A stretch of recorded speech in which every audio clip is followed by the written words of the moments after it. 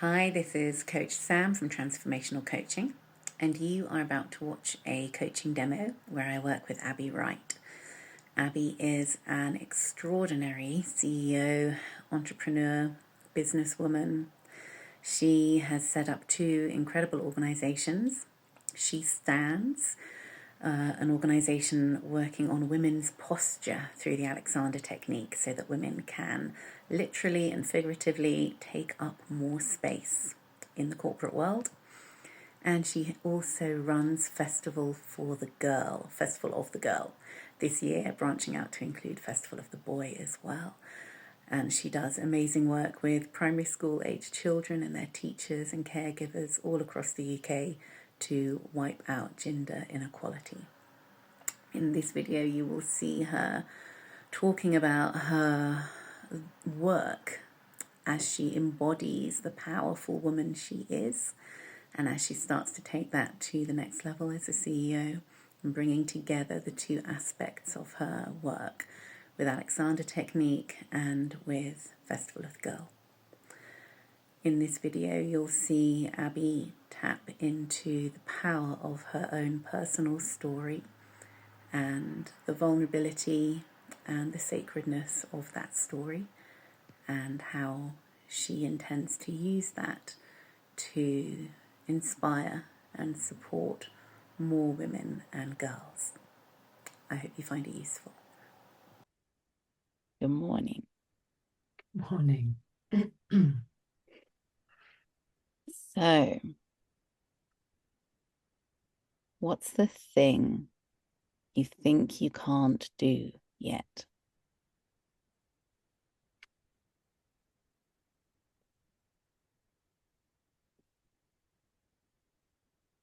Think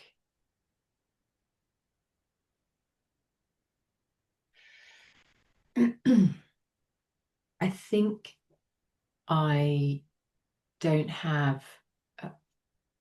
Think about how I hear about these round tables that go on in Parliament, these events that are going on, or these people that are, I guess, at the forefront of when it comes to gender equality, gender equity, young boys and girls, whatever, in the field that I'm working in. And I look at them as these sort of people up here on these pedestals, and I never think that that could be me, but I want it to be me because I feel, you know, I've been doing work in this field for a long time now, and I guess I come back and go, yeah, maybe I don't have a degree, or maybe I haven't read all the research and know all the, I can come up with, I couldn't necessarily come up with all the stats and know everything, but I would like to get to this place where I believe that I am that person, and that I can and I deserve to be in those spaces. And if I'm not invited, then I find a way to get myself into those spaces. Yeah. Yeah. Sounds like there's a real distance. It feels like it. It feels like there's them, they're the experts, they're the ones who should be going to these meetings, round tables at Parliament, speaking in this. They're the ones that should be doing that. Why would anyone even think to invite me to do it? Yeah. But then I was going to say, I'm also aware though that I don't put myself in those positions for, like, so even if, for example, maybe there's an event going on around this and there's speakers, I wouldn't necessarily go to it as an attendee.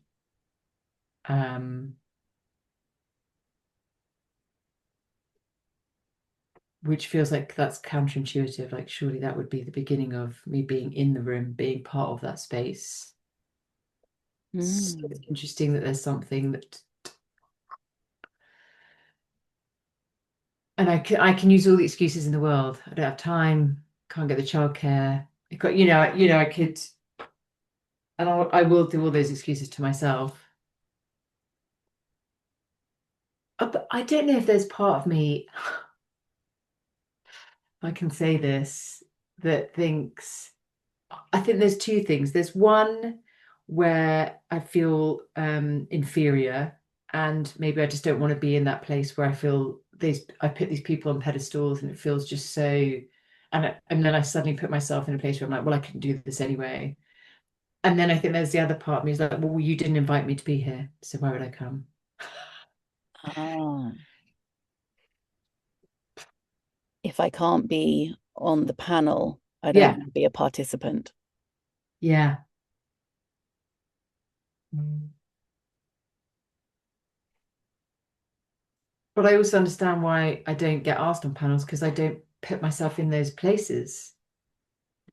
I work, first of the girl and boy is getting more well known, but I think I work quite quietly. I don't do anything socials for myself. I don't, um, I guess I don't put myself out there. So it's kind of hard for me to, it's hard for them, for me to then expect them to come to me is seems a bit, Well, these events can be something or nothing. They can be a distraction from our mission and the work that we want to be doing and getting on with. They can be filled with hot air and a lot of nonsense and people who we don't particularly respect more than the average person on the street. yeah. Or they can be transformational with extraordinary leaders and incredible insights to be gained and connections to be made. Mm. Are there any of the latter that are coming up where you think that could be an extraordinary space for transformation?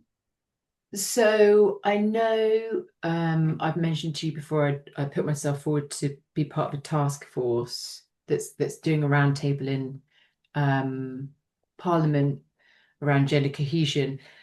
I don't know. I'm going to try and get on that task force. I have been told I'm not sure if they can because there's only 20 places and I think they've been filled.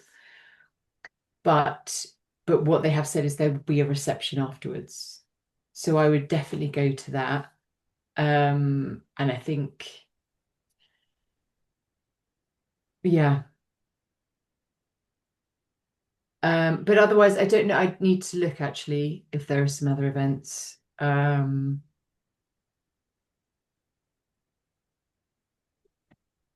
I don't know is the answer. Who do you know who is involved with high level events that would be exciting? Um,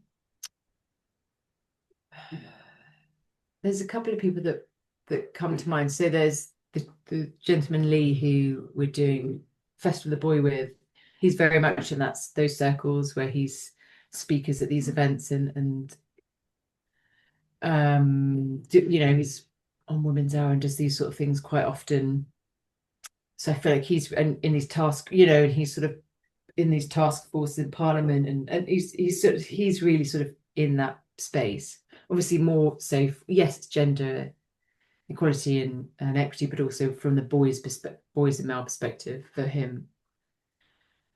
But I think um,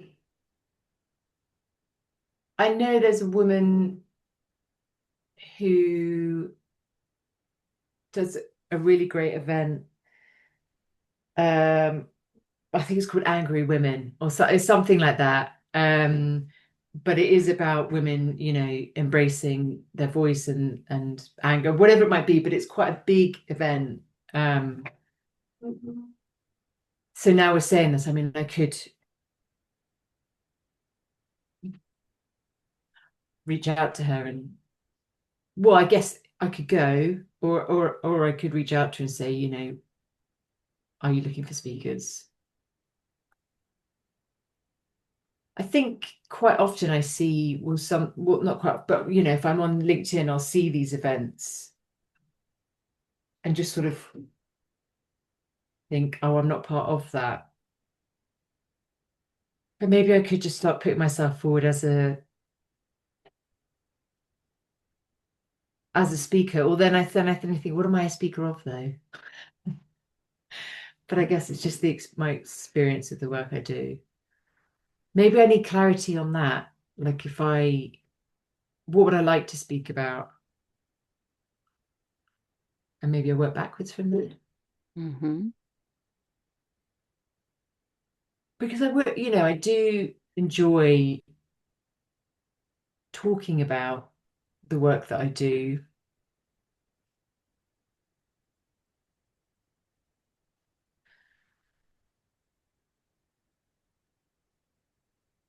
Um, so I think,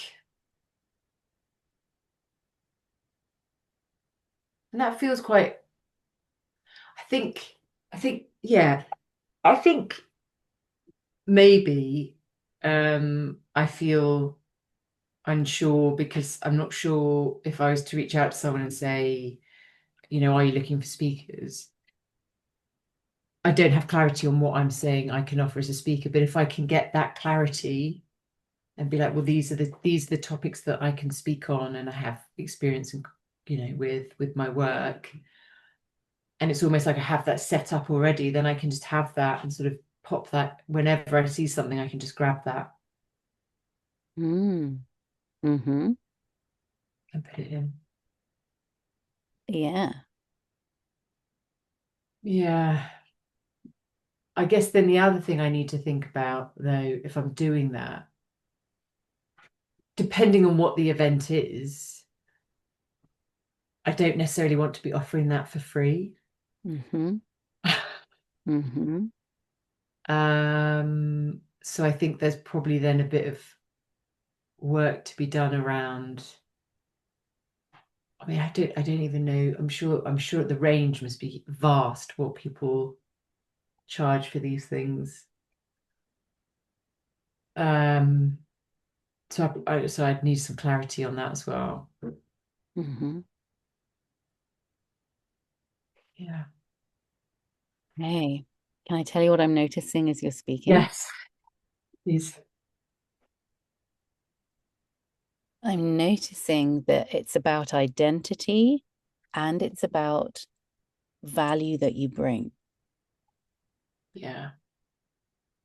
So there's a piece around if I write down and prepare a talk, Mm, I'll know, okay, I am someone who has a story to tell. I am a speaker with a voice and a story. yeah. And then there's also a piece around value in terms of how valuable is the story that I have to share, Yeah. and what does that look like financially as well.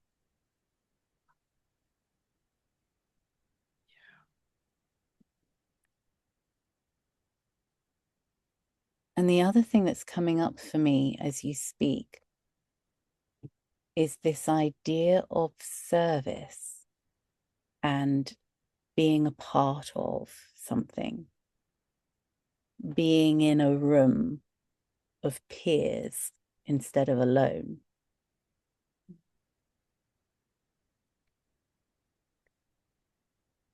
So when you were talking, three possibilities popped in my mind.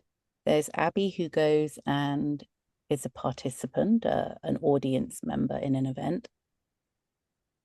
There's Abby who is there to help run the event, who is there Mhm. of service to support, coordinate, manage, bolster from the sidelines. And then there's Abby who is speaking and sharing on stage in a professional capacity. Mhm. How do those three possibilities sit in you? Interestingly, the minute you said running the event, I was like, hell no, don't want to be doing that because I, I don't, being doing the event running with the festivals, I could not manage another event from that capacity. That was it's like, oh God, no, not that. And participant, think I think it's how I go as the participant, because I think the me that is, lacks self-belief and confidence, is that's not an enjoyable participant, because I'm just going and I'm just thinking, I could never do that. I'm not, I then struggle to chat to people. So I'm just sort of quietly put my head down, and I'm not open, and I don't really get involved. I let those things really consume me. Um, Whereas if I was able to go as a participant that is simply open and wanting to learn from it and see who I can meet and practice having more conversations with people that I don't know, then that feels good. Um, if and I think I haven't done that for a long time, and I think probably that's why I think I'm just not going to go, because I think I go into that place of like I shrink. But I think if I could take up that space as a participant, I would enjoy it. And then obviously as a speaker on stage, yeah, I mean that makes me feel really big. Um,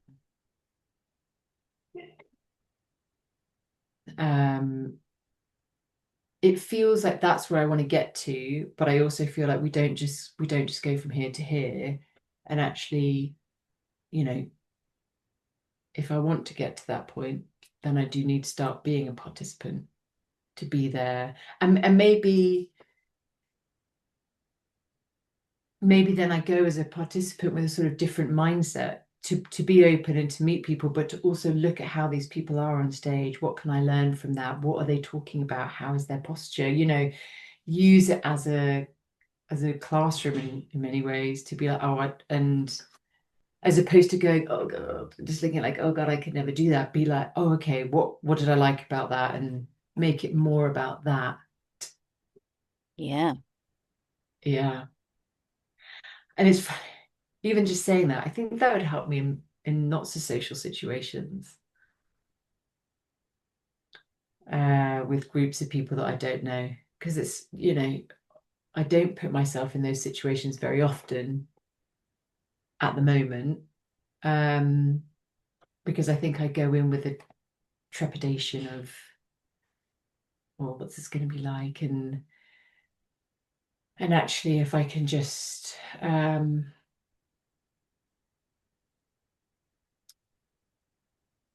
yeah, just be more, I think, be more open and try not to have, and also I think taking the expectation out of it as well. I think I'm quite quick to go to something and be like, oh, this isn't for me, or oh, judge myself, judge those around me, which I think is maybe just me being like, oh, I'm just gonna shrink and go home, sort of thing. Yeah. Well, it's a tricky one, right? It comes back to the first point around some events are worth being in and some are not. Yeah. And there's an element of discretion beforehand because your time and your energy is precious. Yes. And Yeah. then there's the element of wherever you're at, choosing what it sounds like is to shift the focus outwards and to adopt a mindset of curiosity. I wonder what I might discover rather than what's my emotional thermometer telling me? Do I like this? Do I not like this? Where's the judgment sitting here? And shifting it outwards for curiosity. Yeah. You mentioned Lee, is it? The guy who's does a lot on gender Yeah. equity. Hmm. And you already have an established relationship with him. Yes. He knows about what you do, your posture work, as well as Festival of the Girl. He may not know about She Stands. I don't know. The answer is I don't know. If he's read my bio, he does, but who reads people's bios these days? So he may not know about that work actually. It's just Festival of the Girl and Boy, he knows. and he's organising a roundtable in Parliament Yeah. where different leaders will be coming to share ideas and reach some kind of agreement. I think it's more, I don't know the exact outcome they want from it, but I think it's bringing leaders in the men's space. So for example, Movember, well, they're obviously global, and maybe I think the Lad Bible, those people will be on one side, and then you've got organizations that are working with violence against women, and so they've got the two sides of that, and coming together and be like, right, what can we be doing, this gender cohesion, like to bring the young people back together, so they're learning together about this as opposed to this very separate divide. I mean, that's the sense that I get from it, is what they're doing. Does he organise a lot of events? Yeah, I think he does. I know he's putting on a Men and Boys Summit in May. Um, I know he's putting that on, I think, and he did, yeah, yes, I think is the answer to that. And I think at the same time, he's also then asked to be at um a lot of other events because of that. I think he's become that sort of one of the spokespeople in that field. Can I share an idea with you? Yes, please. What if you offered to Lee to go in to Mhm. that event 20 minutes before it begins and to take Yeah. each of the participants through a short bodywork practice to get them where they need to be to show up as their best selves and make the best possible contribution that day?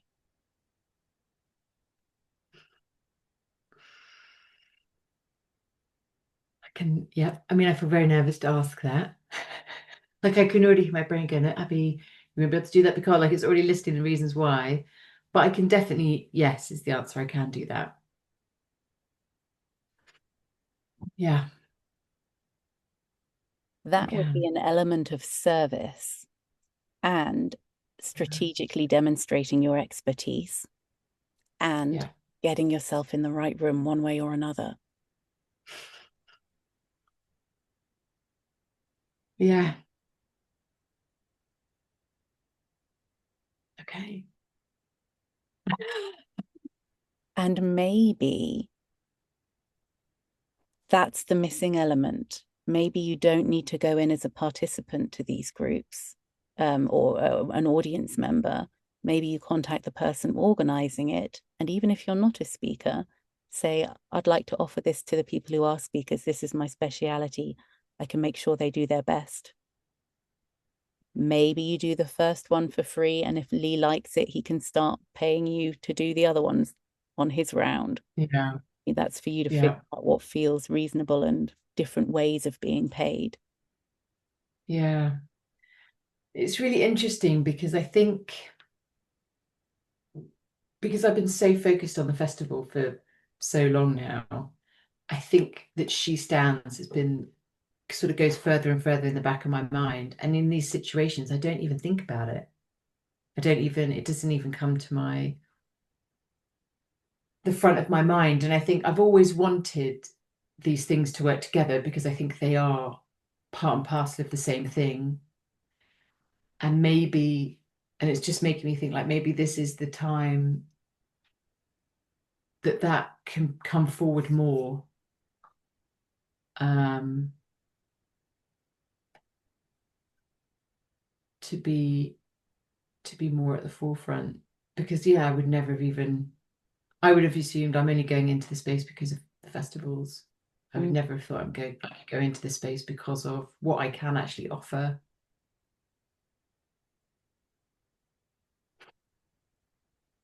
Mm, And yeah, instantly your relationship shifts with the people who are speaking and with the people who are organizing it. Instantly you're there yeah, as a peer who has something valuable to share with them. And that opens up all sorts of other conversations and possibilities. yeah, Some for your bigger mission, some may be directly in support of the festival. yeah. You know, it's just made me think as well. This just popped into my head. we're doing an evening event um, on Tuesday. It's called Trailblazing Women Event. We did it last year because we were this beautiful hotel in London said, can we host it? And we were like, okay, great. And they want to do it again. And it just made me think what last year, sort of in the midst of it, because it was very relaxed, Jen just jumped up on a chair and just said, look, this is who we are with the festival. This is, you know, how can you help us? Here are ways you can help us, sort of thing. But I wonder, I've just thought, I'm super nervous. But I wonder if there's a piece that I can do right before she does that, where I get these women taking up space and then she can talk about the festival. And then immediately that for me is bringing this other part to it that isn't just, maybe I should do that. Makes me feel quite nervous, but excited at the same time. Yeah. Okay. And Amazing. that could be the sort of first beginning of, yeah, of that offering of having something else. Like I'm not, no, I don't want to say I'm not just the festival because I'd be very proud of that, but there is this whole other side of me that feeds into that, but also offers more. Okay, I can do that. Amazing. Well, I've seen you do it in small part, and I know how powerful and brilliant it was. So I've got no doubt whatsoever that that's going to be an awesome experience for every woman there. Thank you. Okay. Okay. So where are we at now? Okay.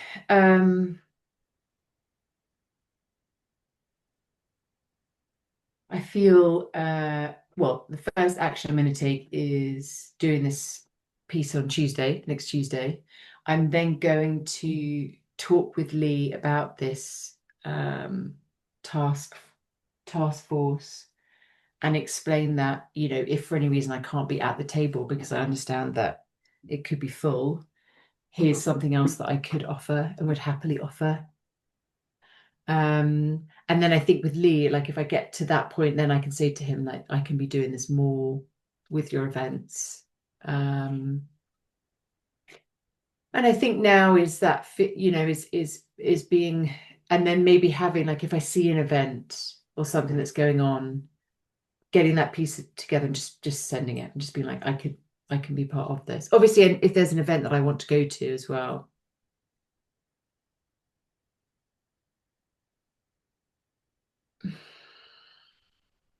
Yeah, Mm. yeah. I think it starts with next week though. I feel like that's my first place. Have you got someone who can film it? Yep, yep. I could get Laura to film that. Brilliant. It feels, yeah, feels doable. Just a good start, isn't it? Good. Yeah. Yeah, there's something coming up, and it may be correct or not. I don't know where it's coming from, you or me, but there's something coming up that says you don't belong in those rooms as a participant, but you do belong in the rooms as a leader. And this is maybe the way for that to start. You've got too much skill and too much experience and too much to offer. Yeah. Yeah, and I think I'm starting to believe that as well. I think that I feel a shift inside me that, I mean, you know, even me last year would never have said, can I be part of this task force in Parliament? I would have just seen it and been like, oh God, why I really wish I could do that. I would never have been like, okay, so how do I? So I think on a deeper level, even though there can be the chat, I'm starting to believe that as well, Yeah. which is nice, which is great. I've got a sticky bit. Can I tell you my sticky bit? Yeah, please. Yeah. There's something around storytelling your Mhm. story So when I've heard you speak, the Mhm. stories you told were so powerful and so visual, and they were personal. There were specific moments in time that represented something huge Yeah. and quite gut-wrenching. You're a natural with that. And there's something more. Those were stories about your children. There's something more about you and your story that I haven't heard yet. And Mm. something tells me that's the missing piece for you to figure out what your talk is.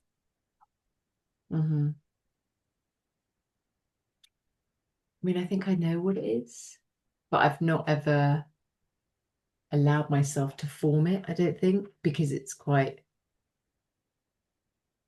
like, it is there's a lot to it.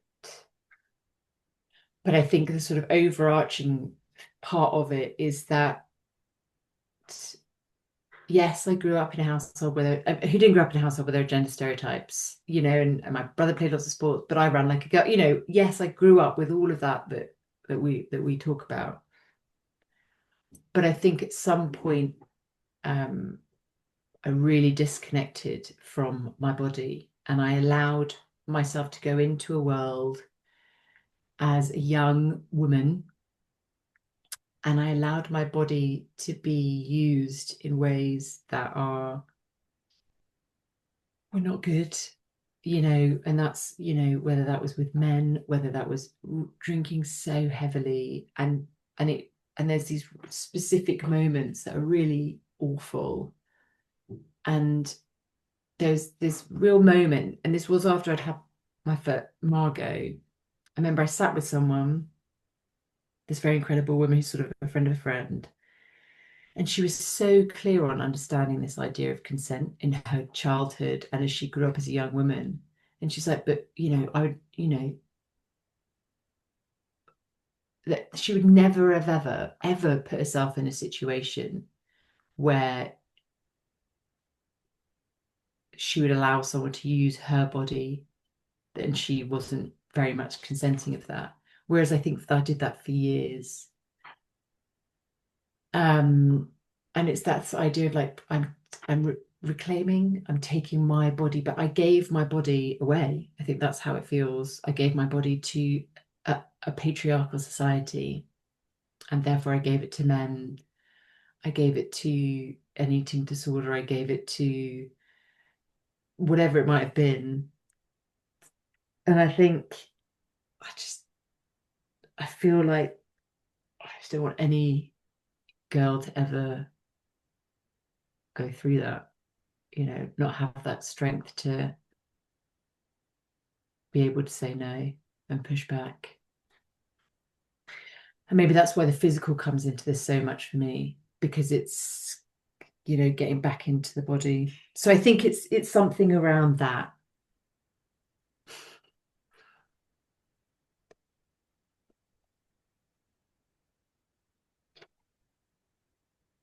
It's quite a lot though, and I don't really talk about it. And I think even with, can I say this here?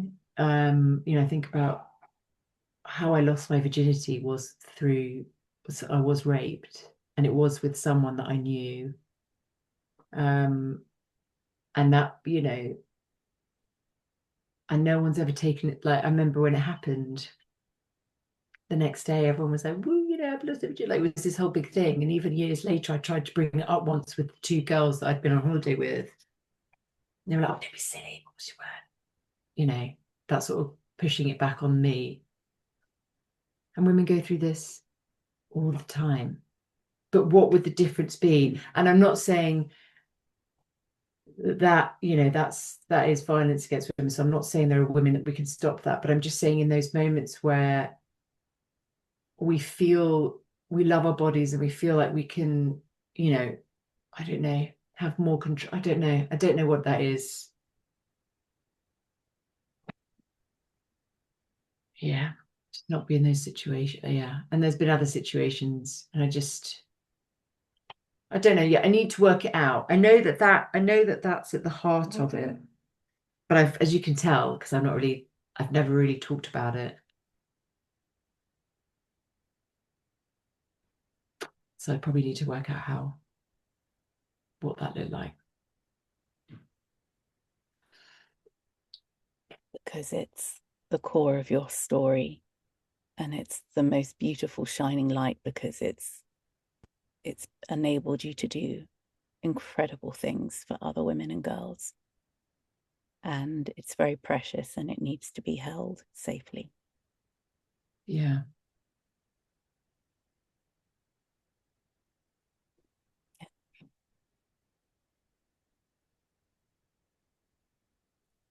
Yeah.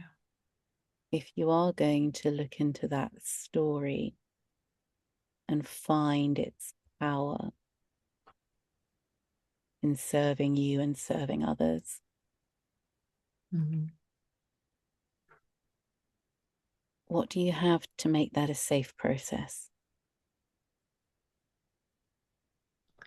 I think the first process would be writing it down. I think probably, and it'll probably be a real jumble, but just remembering through my life these moments and writing them down because it is quite a jumble in my head, I think. So I think the key thing would be the start of this would be to just, you know, get it all out on paper. And then I think it would be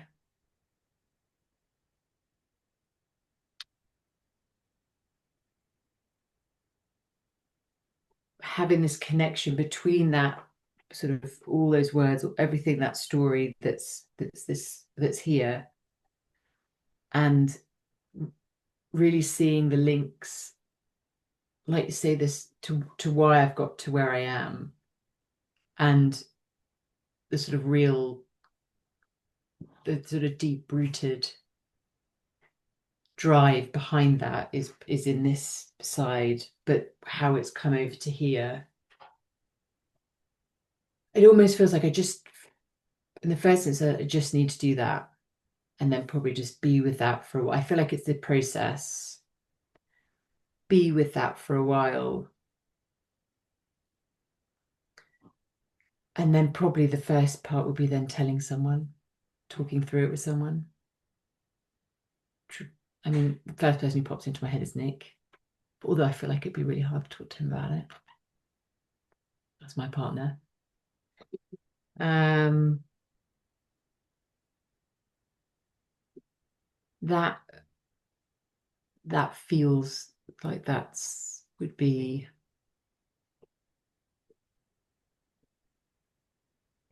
the beginning of it.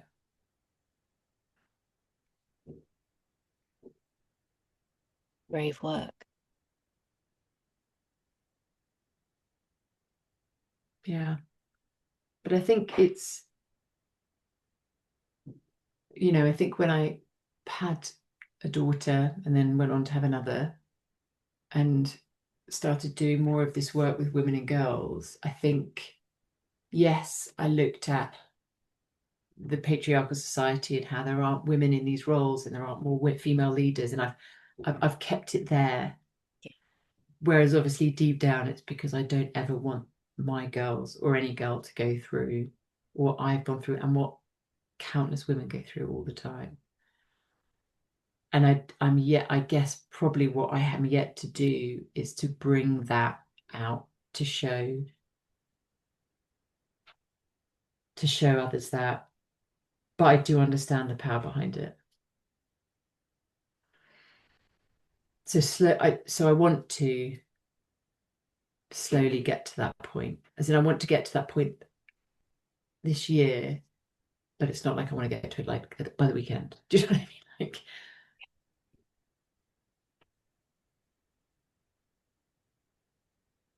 yeah. Well done. Thank you. Thank you for trusting me with it. Well, thank you for allowing me, I think.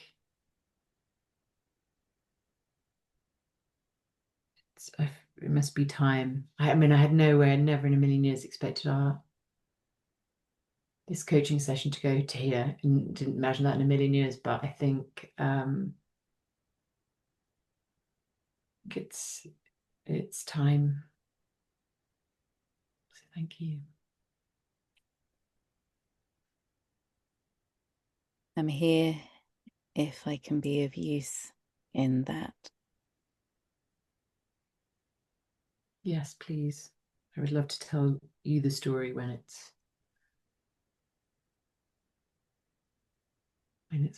written. I would love that. Be an honor.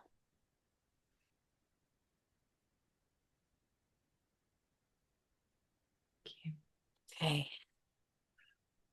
So, Yes. what do you need from the rest of this call before you transition back into the other world? I think I always love to finish with the sort of clarity of what the next steps are, which actually do feel quite clear. It feels really great, like this trailblazing event, having that moment, having that few minutes at the start to get women taking up space. That feels good. That feels fun even to do. I think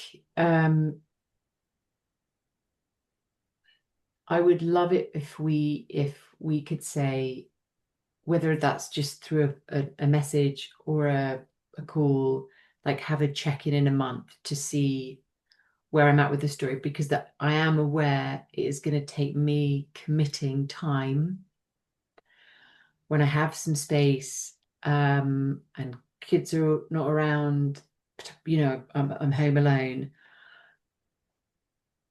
and that's a commitment that I know life will get busy and I'll be like, so, but I know if hopefully if we could say we'll speak, or message this time next month, that will help me to be like, it sounds silly saying a deadline with something like this, but Doesn't sound silly at all. Sounds very, very logical. Yeah. yeah. I'll put it in my calendar 1 month from today to check in on how it's going with your story. Thank you. Yeah, I would really appreciate that. But I think probably what I'm going to do is, when we finish, is just take myself and have a cup of tea. Mm. I'm not going to dive straight into work. And just sit quietly and have a cup of tea, maybe with a cat or two. That sounds good. Yeah. Take care of your nervous system. Yeah. I feel it. It's Yeah. there. And I don't just want to rush into the next thing. I'm just really grateful, because I think one could go their whole life without allowing this to come up, and I wanted to. So 1 month check-in. 1 month check-in. You got it. Good. Well, I am excited for you Thank you, Sam. and feel very, very honored to be in the space with you. So thank you. Thank you.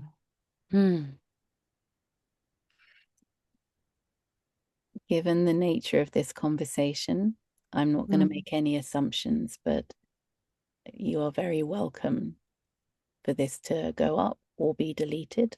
Both are welcome. And you don't have to decide now either. Yeah, I mean, I am. I'm fine for it to go up. I think that's probably the beginning of the story. So I do feel.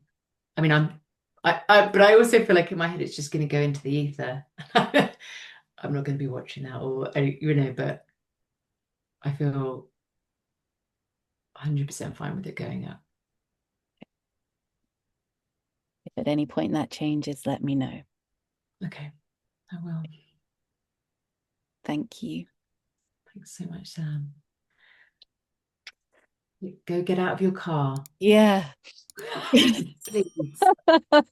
I think it might Uh, now be time to call someone. yeah, do that. And I'll see you tomorrow. You will indeed. Lots of love. Okay. Lots Bye. of love, Sam.